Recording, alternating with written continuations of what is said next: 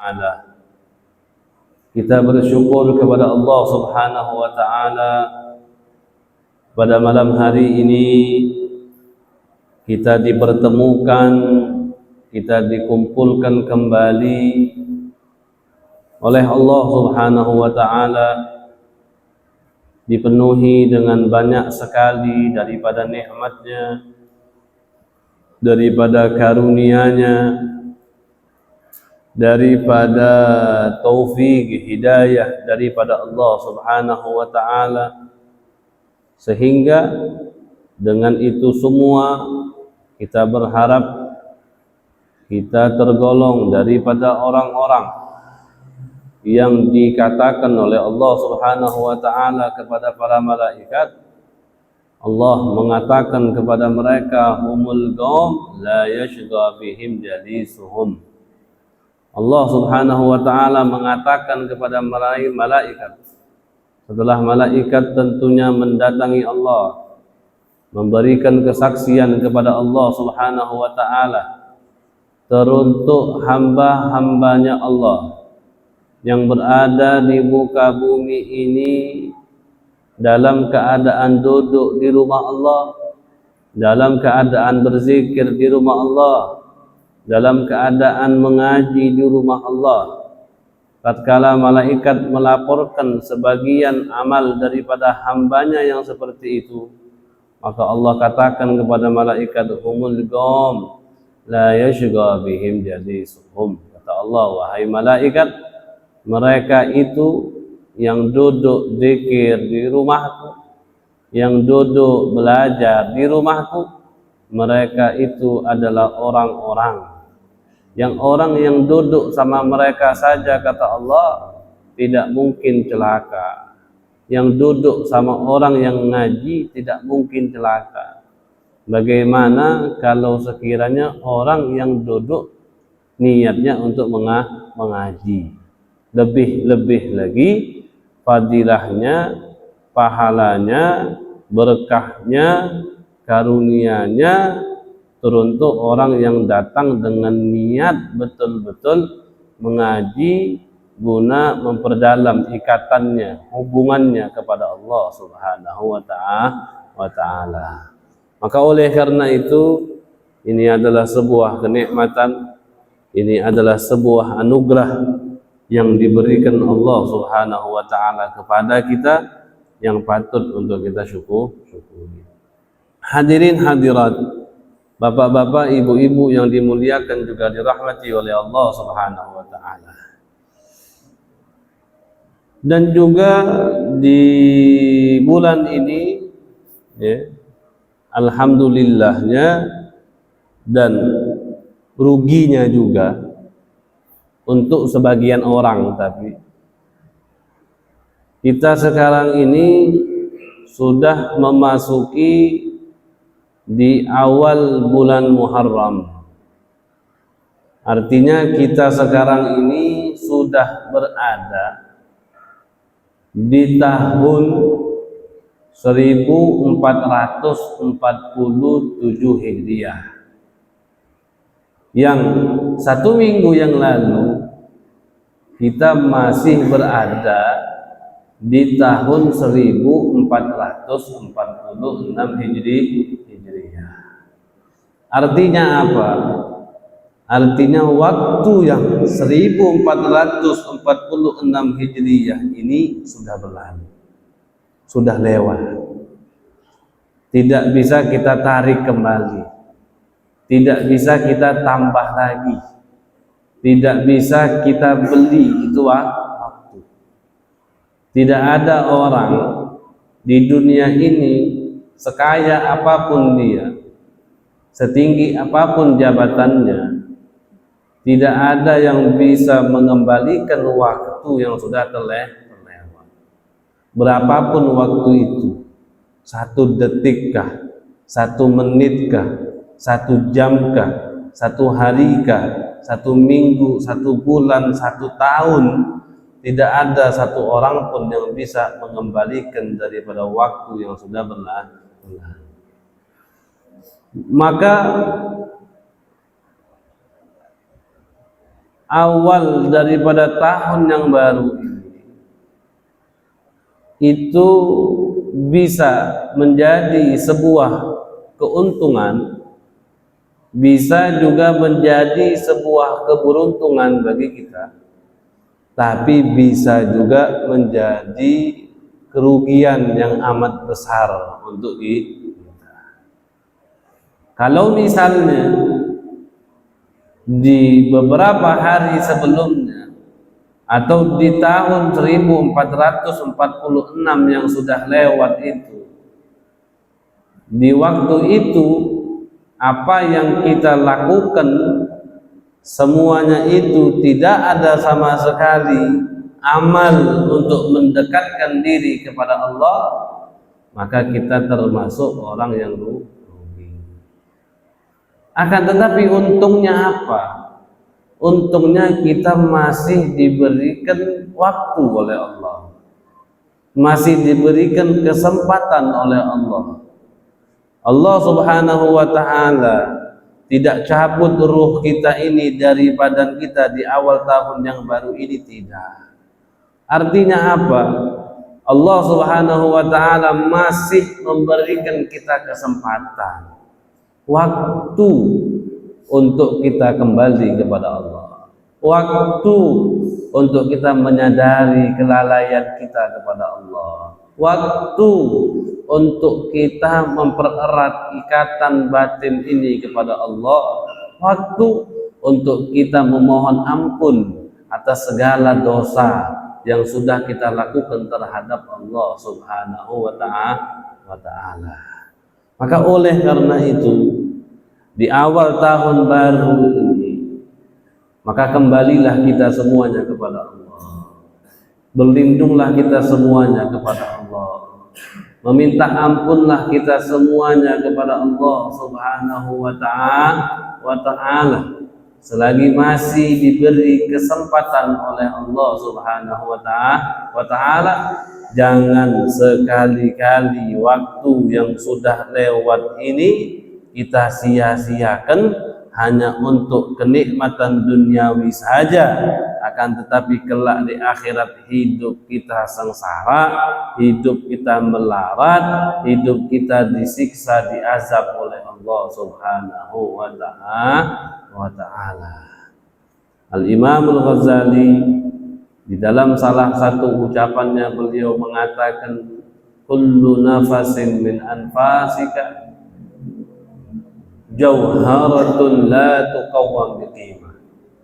Imam Ghazali mengatakan setiap nafas daripada nafasmu itu, kata Imam Ghazali, jauharatun, itu mutiara. Nafas yang kita hembuskan, satu kali kita hembuskan itu mutiara, dua kali kita hembuskan itu juga mutiara. La tuqawwam biqimah, yang tidak bisa dihargai, tidak bisa dihargai, tidak ternilai. Artinya apa? Waktu yang sudah terlewat itu tidak ternilai harganya, tidak bisa dibeli. Maka oleh karena itu jangan kita sia-siakan. Maka ini juga salah satu makna daripada nama tahun kita disebut dengan tahun Hijriyah. Itu kenapa disebut dengan tahun Hijriyah? Karena patokannya sesuai dengan hijrahnya baginda Nabi besar Muhammad sallallahu alaihi wasallam. Walaupun penetapan tanggal ataupun tahun ini dimulai atau terbitnya di zamannya Sayyidina Umar ibn al-Khattab, akan tetapi dimulainya ketika Nabi hijrah dari kota Mekkah ke kota Madinah, makanya dibilang Hijri. Kenapa alasan Sayyidina Umar memilih tahunnya itu dimulai dari hijrahnya Nabi? Karena Sayyidina Umar mengatakan li'annahu farrada bainal haq wal batil. Karena di saat Nabi besar Muhammad sallallahu alaihi wasallam sudah mulai hijrah dari kota Mekkah dan kota Madinah, itu membedakan mana yang hak, juga mana yang batin. Maka oleh karena itu kita kembali daripada makna hijriyah tersebut, dari yang dulunya di tahun sebelumnya kita banyak lalai kepada Allah, maka di awal tahun yang baru ini kita kembali kepada Allah Subhanahu wa ta'ala. Karena tidak tahu apakah 1448 orang yang duduk bersama kita ini masih ada atau tidak. Itu semua ketetapan Allah Subhanahu wa ta'ala. Hadirin hadirat, bapak-bapak, ibu-ibu yang dimuliakan juga dirahmati oleh Allah Subhanahu wa ta'ala. Karena di sini sebentar lagi kita bakal juga memasuki daripada hari yang mulia. Karena di bulan Muharram ini, itu bulan Muharram adalah termasuk bulan yang mulia.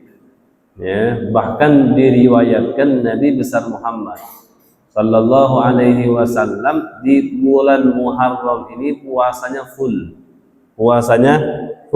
di bulan Muharram, karena bulan ini juga termasuk daripada bulan yang disucikan oleh Allah Subhanahu wa ta'ala. Akan tetapi di bulan Muharram ini, khususnya di hari ke-10 daripada bulan Muharram ini, itu terdapat sunnah yang sudah dititipkan oleh baginda Nabi besar Muhammad sallallahu alaihi wasallam untuk kita yang setelahnya ini melakukan.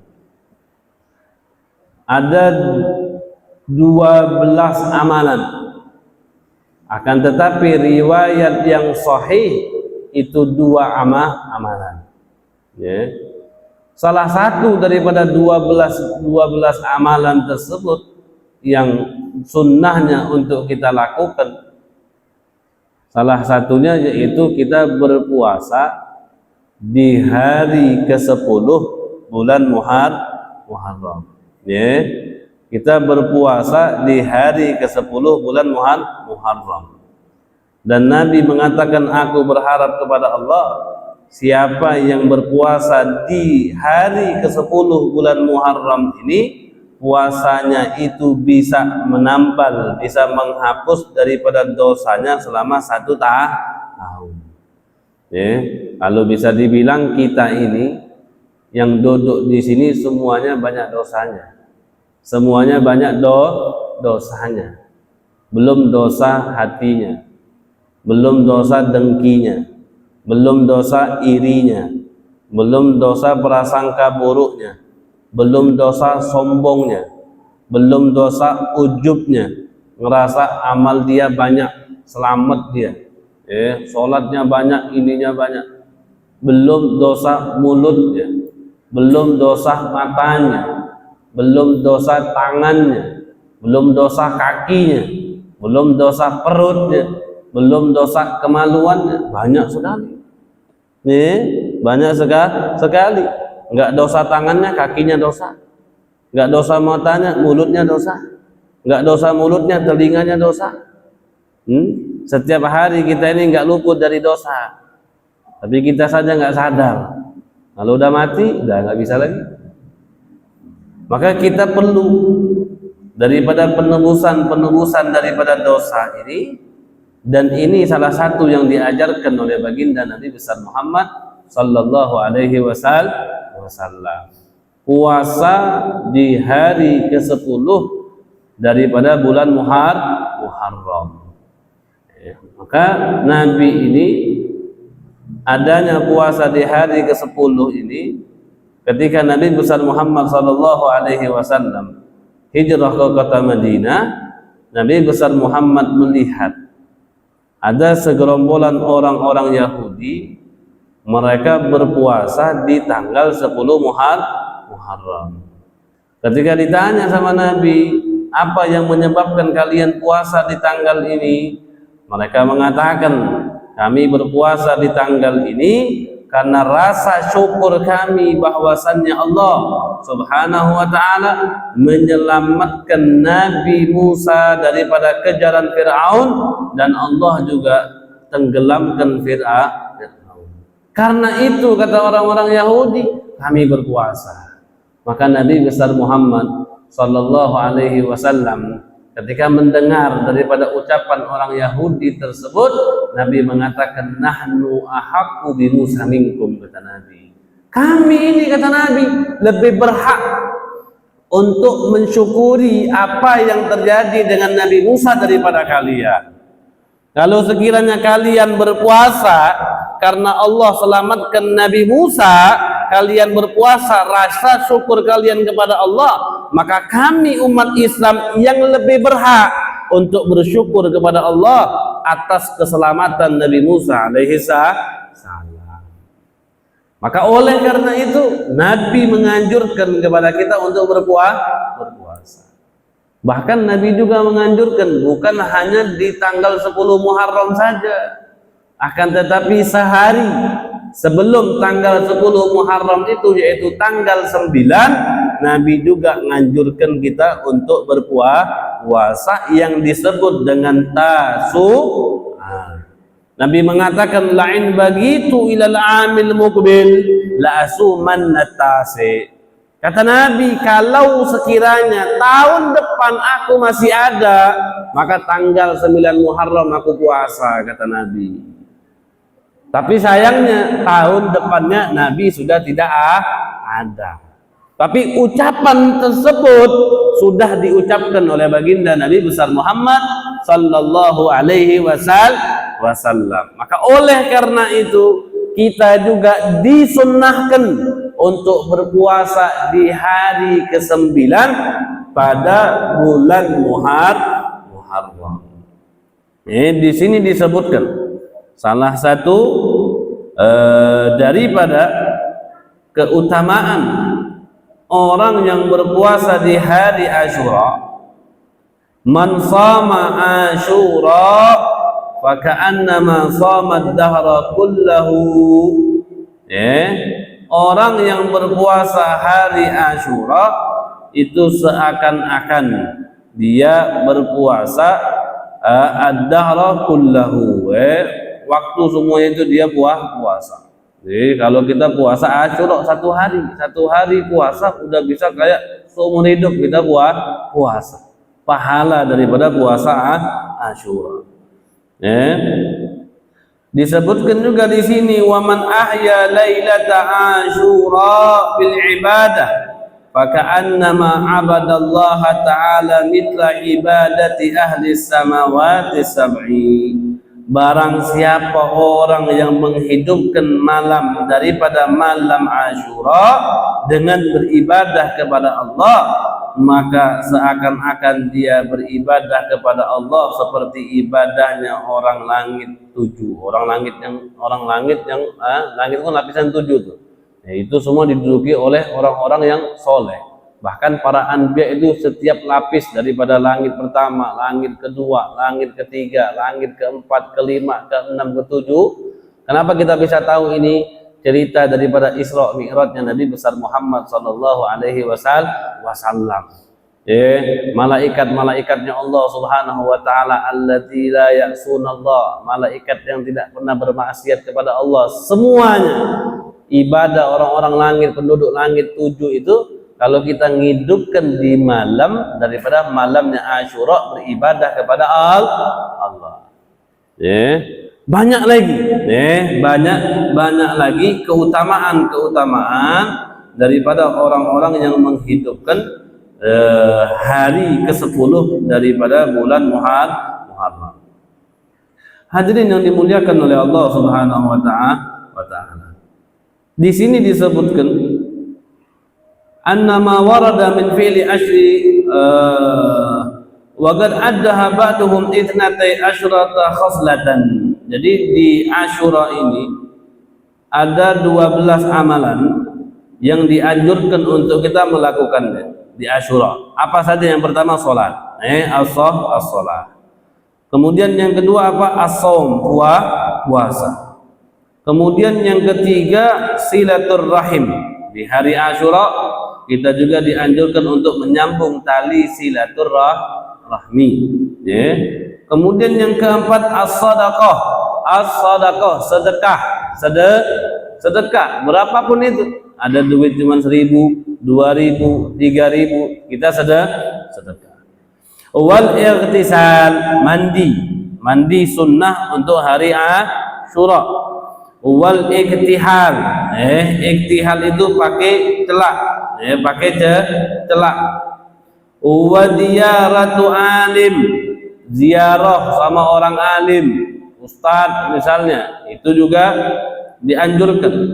Wa iyadatu marid, ngunjungin orang sakit, itu juga dianjurkan di hari Asyura. Wa mashu ra'sil yatim, mengusap kepalanya anak yatim, tapi jangan dibikin mainan, jangan jadikan ejekan, usap. Kadang kan orang seperti itu, jadi mainan sama dia. Mana kepala anak yatim, usap aja sama dia, enggak. Wa hakadha wa tawsi'ah 'alal 'iyal, ngeluaskan rezeki anak bini. Kalau biasanya ngasih bininya duit makan 50.000, hari Asyura kasih 100.000. Biar hatinya senang. Wa taglimul adfar, gunting kuku juga dianjurkan di hari Asyura. Wa qira'atu suratil ikhlas alfa marrah, baca surat ikhlas sebanyak 1.000 kali. Jadi itu 12 yang dianjurkan kita lakukan di hari Asyura. Jadi siapa saja yang bisa mengamalkan daripada ini, kita amalkan. Karena tadi ini Allah ngasih kita ini bonus. Allah ngasih kita ini bonus.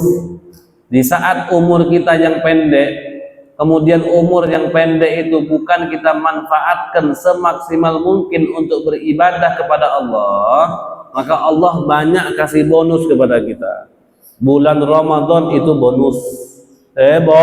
Bonus. Sya'ban bonus, Syawal daripada pahala-pahalanya juga Allah bonuskan banyak sekali. Lailatul Qadarnya bonus, sedekahnya bonus, duduk di masjidnya dapat pahalanya bonus dari Allah. Karena ketika Nabi besar Muhammad sallallahu alaihi wasallam menceritakan kepada para sahabatnya umur daripada umat-umat Nabi sebelumnya, yang mana diriwayatkan Nabi Nuh alaihi salam itu berdakwah kepada kaumnya itu alfasanatina 1.000 tahun kurang 50 tahun. Nabi Nuh berdakwah saja itu usianya, umur dakwahnya itu 950 tahun. Artinya apa? Umat-umat sebelumnya itu mereka mempunyai usia 500 tahun ke atas. Sehingga sahabat Nabi besar Muhammad sallallahu alaihi wasallam tatkala mereka dengar Nabi cerita bahwasannya umat sebelum mereka usianya itu ratusan tahun, sahabat itu iri sama mereka. Iri bukan karena hidupnya panjang, bukan. Sahabat iri, ya Rasulullah, ini umat-umat Nabi sebelum kami ini mereka punya umur ratusan tahun, bagaimana kami bisa mengejar amalnya mereka, wahai Rasulullah? Kita ini kata Nabi umur kita ma baina sittin wa sab'in. Kita punya umur 60 70. Jarang ada orang di satu kampung matinya umur 100 itu jarang. Kalau udah umur 100 sudah jadi ketua didatangin orang terus pasti itu. Enggak semua yang ada di desa ini matinya umur 100 tahun, 90 tahun, 80 tahun. Paling banyak matinya di bawah itu. Itu yang disabdakan oleh baginda Nabi besar Muhammad sallallahu alaihi wasallam. A'maruna ma baina sittin wa sab'in. Umur kita kata Nabi 60 70. Nah, yang diirikan sama sahabat itu umat-umat sebelumnya, mereka hidup ratusan tahun ya Rasulullah. Bagaimana kami bisa mengejar amal orang yang hidupnya ratusan tahun? Sedangkan kami hidup cuma 60 tahun. Makanya pada saat itu dengan apa yang diadukan oleh sahabat, Allah Subhanahu wa taala banyak berikan bonus untuk umat baginda Nabi besar Muhammad agar kita ini yang hidupnya 60, 70 bahkan lebih atau kurang jadi, dengan umur yang seperti itu kita bisa melampaui amal ibadah umat-umat yang hidupnya ratusan tahun. Tapi liman arad, bagi yang mau, bagi yang mau. Allah Subhanahu wa taala, kata Nabi besar Muhammad, karunia Allah itu tinggal Allah bentangkan saja. Setiap saat, setiap masa, setiap detik, jam, waktu, siang, malam, itu karunia Allah terbentang. Tapi namanya karunia Allah bukan ente lagi ngopi datang, bukan. Nah, nggak kayak gitu. Ente lagi ngibah orang, karunia itu datang, enggak. Ente lagi mikirin dunia, karunia itu datang, enggak. Liman arad, bagi orang yang mau ambil, itu karunia Allah Subhanahu wa taala. Di dalam hadis qudsi Nabi besar Muhammad sallallahu alaihi wasallam mengatakan, Allah Subhanahu wa taala, karunia Allah itu, kekayaan Allah ibaratnya laut. Ibaratnya laut yang orang dari masa Nabi Adam sampai masa akhir zaman, semua orang itu mengambil air yang ada di lautan, sedikit pun itu nggak berkurang. Karunia Allah nggak ada kurangnya sedikit pun, setetes pun nggak berkurang karunia Allah. Jadi apa yang Allah berikan kepada umat sebelum kita, bisa juga Allah berikan kepada umat yang zaman sekarang ini. Tapi bagi yang mau. Kalau dia tidak mau, tidak Allah berikan. Kalau dia mau, tidak Allah berikan. Maka oleh karena itu, ketika kita meyakini bahwasannya di beberapa bulan-bulan Ramadan, Syawal, Sya'ban, Muharram, Dzulqa'dah, Dzulhijjah, di setiap bulan itu ada keutamaan-keutamaannya masing-masing. Jadi tinggal siapa yang mau ngambil saja. Kita sudah tahu puasa di tanggal 10 Allah Subhanahu wa taala hapuskan dosa hambanya selama 1 tahun. Siapa yang mau? Kalau kita mau, kita ambil, kita puasa, insya Allah kita dosanya diampunkan oleh Allah. Karena yang ngomong ini bukan sembarang orang, yang ngomong ini Nabi Muhammad. Kalau kiranya Nabi saja tidak bisa kita percayai, siapa yang mau kita percayai? Sedangkan at-tasdiq itu wajib, meyakini apa yang disampaikan oleh Nabi besar Muhammad sallallahu alaihi wasallam itu adalah sebuah kewajiban. Bahkan kalau kita tidak meyakini apa yang disampaikan oleh Nabi, maka kita keluar daripada agama Islam. Maka oleh karena itu, siapapun dari kita yang mempunyai kesempatan untuk menghidupkan daripada hari 10 di bulan suci Muharram ini, maka mari kita hidupkan, kita ikuti apa yang diajarkan dan dicontohkan oleh baginda Nabi besar Muhammad sallallahu alaihi wasallam. Hadirin hadirat, bapak-bapak, ibu-ibu yang dimuliakan oleh Allah Subhanahu wa taala. Kemarin kita sudah dikit banyaknya membahas tentang perkara ma'ruf dan mungkar. Kita ini sebagai umatnya baginda Nabi besar Muhammad sallallahu alaihi wasallam, umat terbaik yang dikeluarkan oleh Allah Subhanahu wa taala ke muka bumi ini, yang dianjurkan oleh Allah Subhanahu wa taala untuk saling mengajak berbuat baik dan juga saling mengingkari perbuatan yang mungkar. mengajak orang untuk berbuat baik. Apa itu perbuatan baik? Apa itu perbuatan yang ma'ruf? Kita pelajari kemarin, perbuatan yang ma'ruf itu adalah perbuatan yang sesuai dengan syariat, perbuatan yang sesuai dengan Al-Quran, perbuatan yang sesuai dengan sunnah, perbuatan yang tidak bertentangan dengan syariat itu dianggap adalah perbuatan yang baik. Dan kita diperintahkan oleh Allah Subhanahu wa ta'ala untuk saling mengajak berbuat baik. Dan perbuatan yang mungkar itu adalah perbuatan yang bertentangan dengan syariat. Dan kita diperintahkan oleh Allah Subhanahu wa ta'ala untuk menasehati, untuk mencegah, untuk tidak terjadi perbuatan-perbuatan yang keji yang terjadi di sekeliling kita. Maka oleh karena itu, sedikit kita meneruskan apa yang kita pelajari di bulan yang lalu.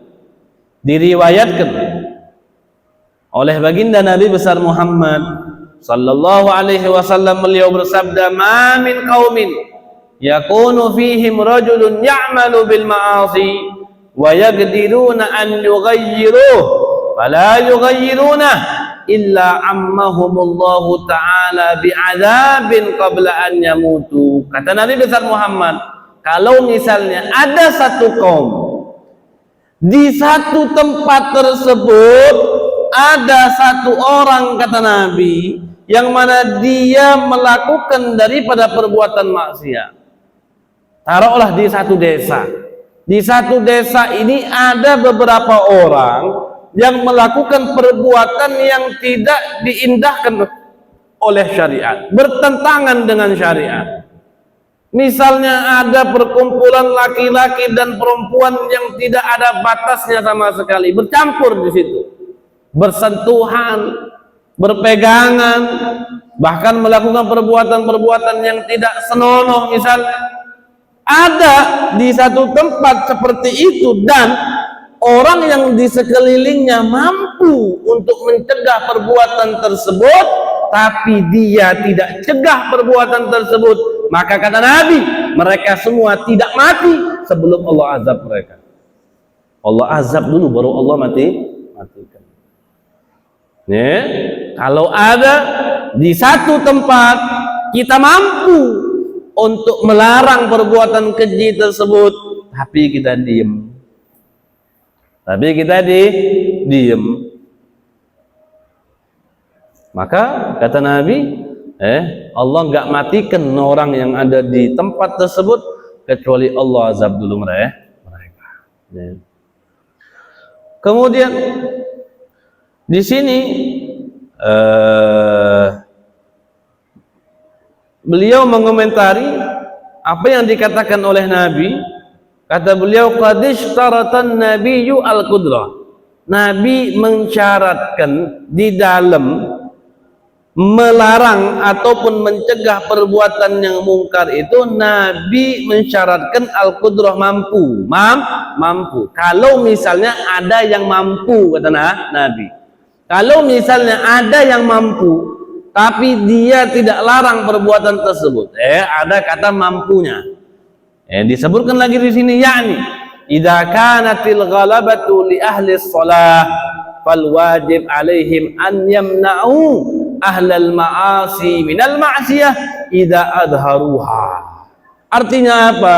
Kalau misalnya di satu tempat itu udah pasti, di satu tempat itu pasti ada orang soleh, pasti ada orang yang ahli maksiat, pasti udah menyeluruh, itu udah pasti ada.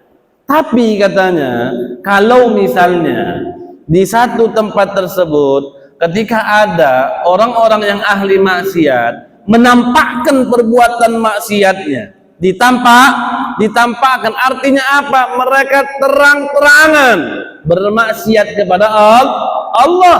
Kemudian orang yang benar tadi mempunyai kemampuan untuk mencegah daripada perbuatan yang mungkar, tapi dia tidak cegah, maka semuanya akan diazab oleh Allah Subhanahu wa ta'ala. Ya. Kenapa? Karena Allah Subhanahu wa taala mengatakan kuntum khaira ummatin ukhrijat linnas ta'muruna bil ma'ruf wa tanhauna 'anil munkar.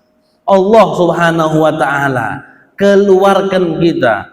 Allah Subhanahu wa taala jadikan kita umat yang paling baik agar kita saling menyuruh berbuat baik dan juga agar kita saling mencegah untuk berbuat mungkar. Allah Subhanahu wa taala wa qad dzammallahu ta'ala aqwaman bitarkil amri bil ma'ruf wan nahyu 'anil munkar. Allah Subhanahu wa taala mencela orang-orang yang meninggalkan, tidak mengajak orang berbuat baik, tidak mencegah orang berbuat mungkar. Allah mencela. Allah Subhanahu wa taala berfirman, kanu la yatanahawna am munkarin fa'aluh. Kata Allah, mereka tidak la yatanahawun, tidak saling mencegah atas perbuatan mungkar yang mereka lakukan. Artinya apa? La yanha ba'duhum ba'dha an munkarin fa'alu. Mereka tidak saling mengingatkan. Ketika ada perbuatan mungkar tampak di hadapan mereka, si fulan tinggalkan sholat, si fulan terang-terangan ngerokok tidak puasa, si fulan terang-terangan makan nasi padang di depan orang tidak puasa, itu adalah perbuatan yang mungkar. Apa tadi mungkar tadi? Perbuatan yang bertolak belakang dengan syariat. Itu perbuatan yang mungkar. Hukumnya kita puasa Ramadan wajib atau tidak? Puasa Ramadan sunnah apa wajib? Wajib. Puasa Ramadan sesuatu hal yang wajib. Artinya apa? Ketika orang tidak berpuasa Ramadan, maka dia bermaksiat kepada Allah. Dan itu sesuatu yang mungkar. Kalau mereka makan, kalau mereka minum, itu di rumahnya mereka, di kamarnya mereka, dan kita tidak tahu mereka itu batal puasanya, maka kewajiban untuk mencegah, menasehati mereka itu tidak ada. Akan tetapi kalau misalnya di depan kita mereka makan, di depan kita mereka ngerokok, berapa banyak sekarang udah seperti itu? Banyak tak kira-kira? Banyak. Biasa saja, lumrah. Tidak kita cegah mereka, tidak kita larang mereka. Bahkan mirisnya sebagian dari kita itu masih menganggap mereka saudara, masih menganggap mereka teman, masih galak duduk sama orang-orang yang seperti itu. Dan dia lagi ngerokok, batal puasa, duduk kita ajak cerita, walaupun kitanya puasa. Padahal itu harus kita cegah. Kita harus cegah, minimal kita nasihatin, minimal kita ngomong, minimal kita itu hati kita ingkar. Kita nggak suka sama orang yang terang-terangan dia bermaksiat kepada Allah. Bukan sama orangnya, sama perbuatannya. Perbuatan yang orang ini lakukan, kita diperintahkan oleh Allah untuk nasehatin dia, untuk mencegah dia. Bahkan sebagian ulama berkata, orang yang seperti ini, kalau dia tidak kembali kepada Allah, gak boleh diajak makan, gak boleh diajak minum, gak boleh diajak duduk, gak boleh ajak bertamu, gak boleh diajak ngomong sama sekali. Karena apa? Karena perbuatannya bermaksiat kepada Allah. Sekarang ini zina di mana-mana. Zina di mana-mana. Tapi kenapa sekarang ini pelaku maksiat itu mukanya itu biasa-biasa saja?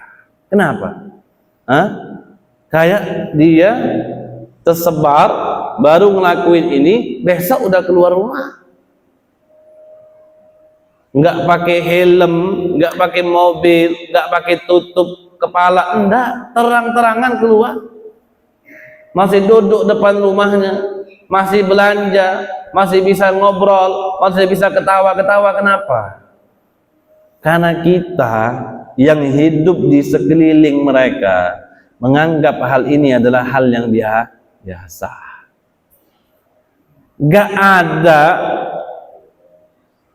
perbuatan kita itu yang mencerminkan bahwasannya apa yang dia lakukan kita nggak suka, itu nggak ada. Padahal kalau misalnya kita tahu ada orang yang meninggalkan sholat, kalau misalnya dia rekan bisnis, batalkan bisnisnya. Kalau dia pembantu kita, pecat dia. Karena ada yang mengatakan ulama, kalau dia istri kita, suami kita ninggalkan sholat, gak mau dinasihatin, masih ninggalkan sholat, ceraikan. Ceraikan. Ini Al-Imam Ahmad Zaini Dahlan di dalam kitabnya beliau nyatakan seperti itu. Maka perbuatan maksiat banyak terjadi sekarang ini karena dampaknya itu terjadi dari kita juga. Dari kita juga. Masih diajak ngobrol, masih diajak duduk, masih diundang makan, masih diajak tadi. Tidak ada perbuatan kita yang mencerminkan apa yang dia lakukan kita nggak senang. Nggak ada. Nggak ada hal seperti itu. Hadirin hadirat yang dimuliakan oleh Allah Subhanahu wa ta'ala.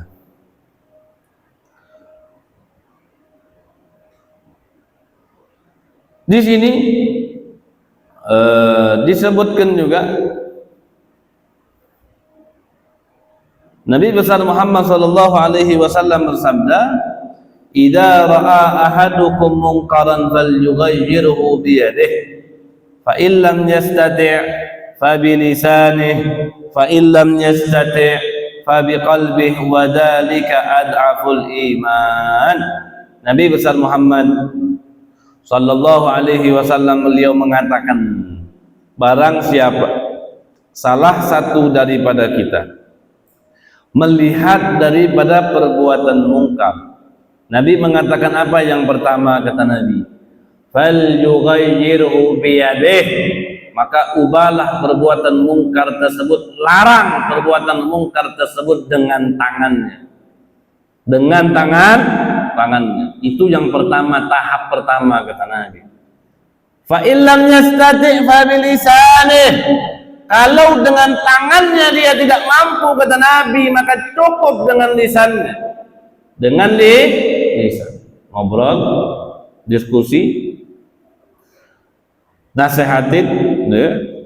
Kemudian tahap yang ketiga kata Nabi, fa illam yastati' fa bi qalbihi, kalaupun dengan tangan, dengan lisan dia tidak mampu, maka cukup dengan hati kata Nabi besar Muhammad sallallahu alaihi wasallam. Wa dzalika, dan mencegah perbuatan mungkar dengan hati, ad'aful iman, itu adalah iman yang paling rendah.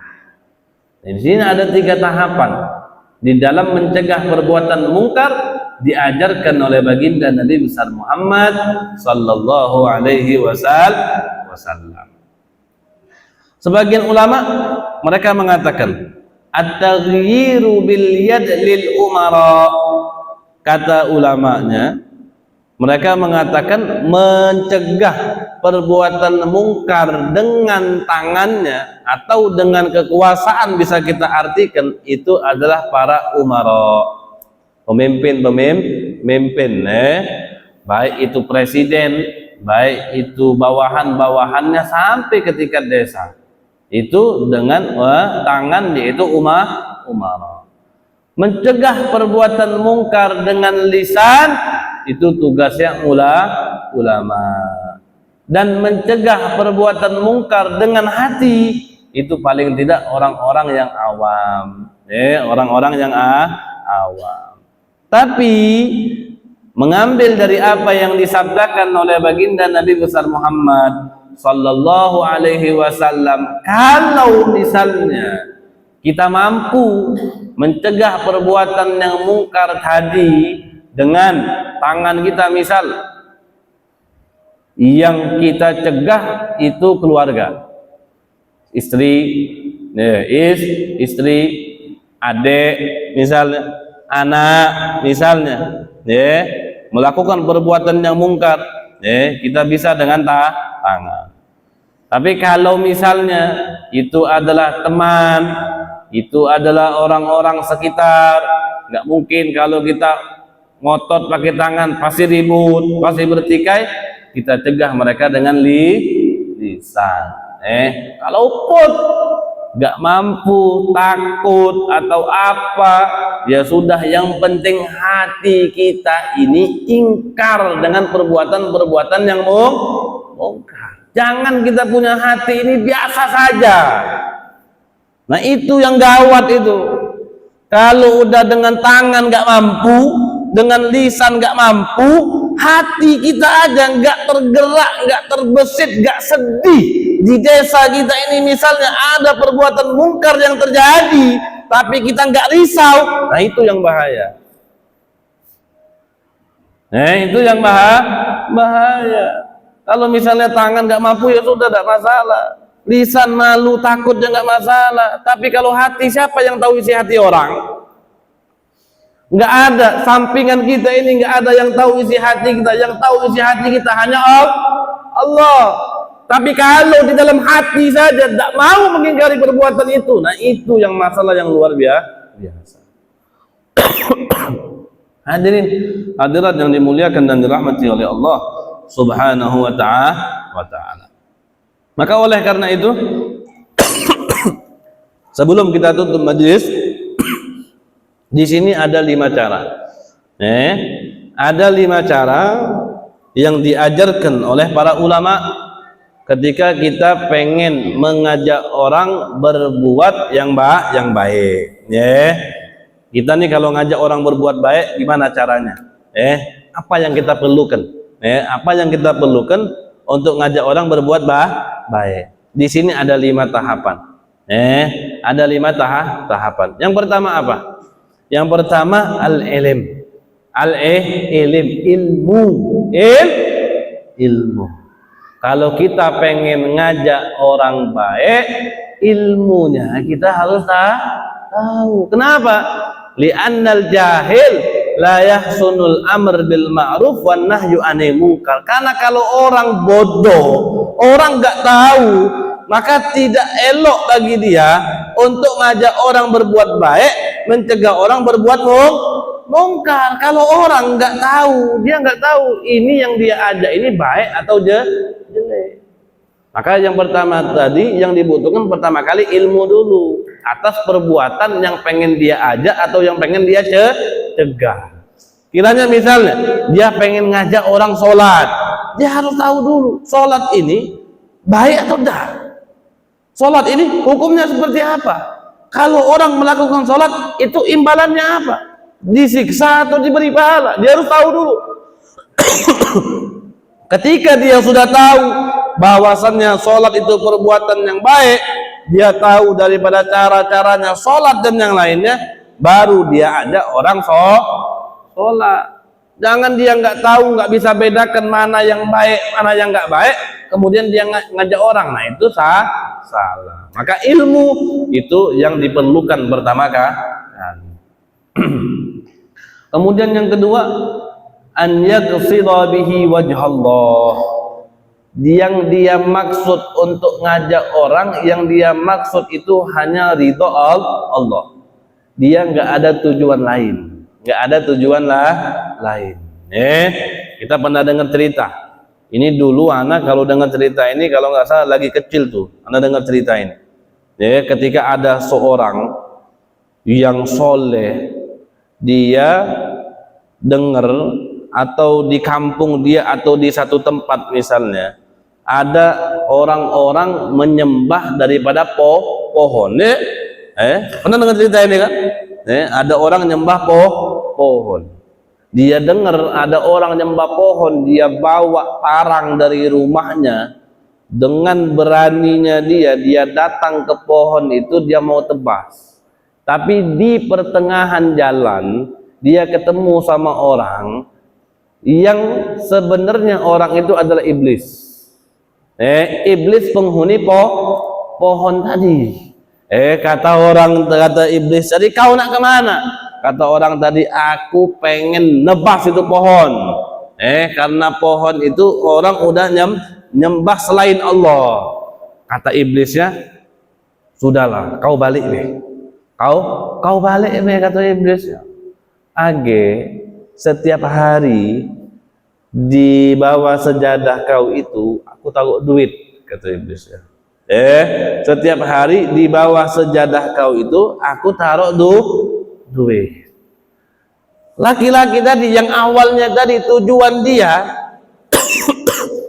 nebas pohon itu karena Allah, gara-gara dibujuk sama syaitan tadi, balik dia balik dia ke rumah. 1 hari buka sejadah ada duit, 2 hari buka sejadah ada duit, 3 hari buka sejadah ada duit, hari keempat duit tak katik lagi, hari kelima dia buka lagi nggak ada lagi duitnya.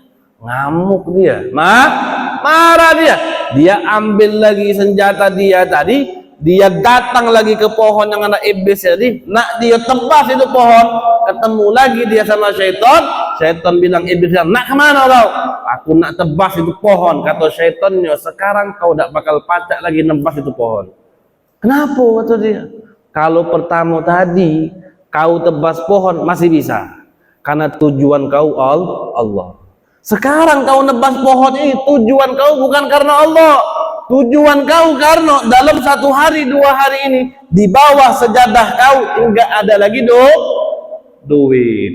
Jadi kau tebang pohon itu bukan karena Allah, mencegah perkara yang mungkar bukan karena Allah, tapi karena syahwatnya, karena keinginannya, maka enggak bakal bisa dilakuin. Wahakala. Jadi yang kedua apa?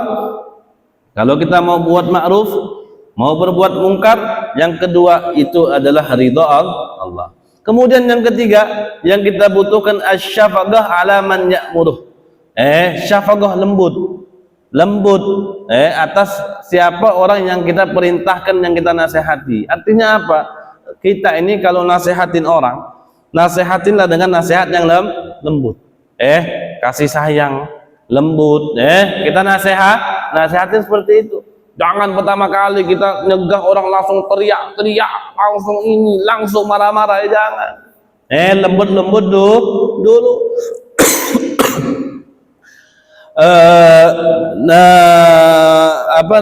Nabi Musa alaihi salam dan Nabi Harun alaihi salam, ketika Allah Subhanahu wa taala perintahkan mereka untuk mendatangi Firaun, nasihatin Firaun, itu Allah katakan kepada Nabi Musa dan Nabi Harun, faqula lahu qawlan layyina la'allahu yatadhakkaru aw yakhsha. Allah katakan kepada Nabi Musa, Harun, kata Allah, kau pergi kepada Firaun, kau katakan kepada Firaun perkataan yang lembut. Perkataan yang lembut. Dosa Firaun apa sih? Apa sih dosa Firaun? Ada yang tahu tak dosa Firaun itu apa? Apa dosa Firaun? Apa dosa Firaun? Apa dosa Firaun? Mengaku diri dia Tuhan. Besar mana dosanya orang yang nggak puasa sama orang ngaku Tuhan? Besar mana? Besar mana dosanya? Ngaku Tuhan. Sekelas Firaun saja yang sudah mengaku diri dia Tuhan, Allah sampaikan kepada Nabi Musa, kau datangi Firaun, kau katakan dia dengan perkataan yang lembut. Sekelas Firaun. Masa orang baru masuk masjid kaki kiri saja, tinggal ada adabnya, tinggal ada enggak kayak gitu. Yang lembut. Yang lembut. Yang keempat yang kita butuhkan, an yakuna saburan halima. Yang kita butuhkan untuk kita amar bil ma'ruf dan nahyu anil munkar, kita harus sabar, kita harus pemaaf. Harus sabar, nggak boleh ngajak orang buat baik, ngajak orang mencegah orang berbuatan mungkar, tapi kitanya emosian, kitanya cepat marah, kita kayak gini ya, jangan. Sabar dan maafin. Wa'mur bil ma'ruf wanha anil munkar wasbir ala ma asabak. Ajaklah orang berbuat baik, cegahlah orang berbuat mungkar, dan sabar atas apa yang menimpa dirimu. Karena ini adalah perbuatan yang Masya Allah, ngajak orang baik, nyegah orang mungkar ini, dahsyat sekali. Bisa dipukuli, bisa dimusuhin, bisa masuk penjara, bahkan nyawa terancam. Seperti itu. Jadi butuh sabar. Kemudian yang kelima, kata Nabi, kata ulamanya, an yakuna amilan bima ya'muru bihi. Kita harus mengamalkan atas apa yang kita ajak orang tersebut. Kita ngajak orang sholat, kitanya sholat. Kita ngajak orang puasa, kitanya puasa. Kita ngajak orang seperti ini, kita juga melakukannya, agar tidak menjadi hujah bagi orang lain. Sholat kau beda sholat. Puasa kau beda puasa. Nah itu 5 ini yang kita butuhkan untuk mengajak orang berbuat baik dan mencegah orang berbuat mungkar, yang mana insya Allah 5 ini kalau kita amalkan, insya Allah kita bisa masuk ke kategori apa yang dikatakan oleh Allah, kuntum khaira ummatin ukhrijat linnas ta'muruna bil ma'rufi wa tanhauna 'anil munkar. Mungkin ini saja pengajian kita pada malam hari ini. Sebelum kita selesaikan ini pengajian, siapa yang mau bertanya, kita persilahkan.